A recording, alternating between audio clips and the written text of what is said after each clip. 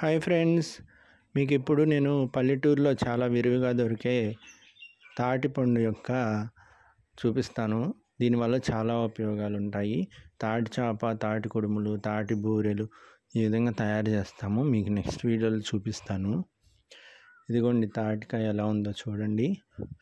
ఇప్పుడే రాలటం ప్రారంభించాయి. చాలా దొరికాయి. మేము వీటితో తాటి చేప, తాటి కుడుములు, తాటి బూరెలు తయారు చేస్తారు. ఇవి తినడం వల్ల కూడా చాలా ప్రయోజనాలు ఉన్నాయండి. దీనివల్ల బ్లడ్ అనేది బాగా మన శరీరంలో ఉత్పత్తి అవుతుందని అంటారు.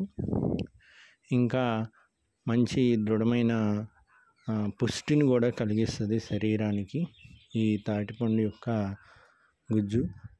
ఈ విధంగా తాటిపండుని మనం యూజ్ చేసుకోవచ్చు అన్నమాట. Thank you friends.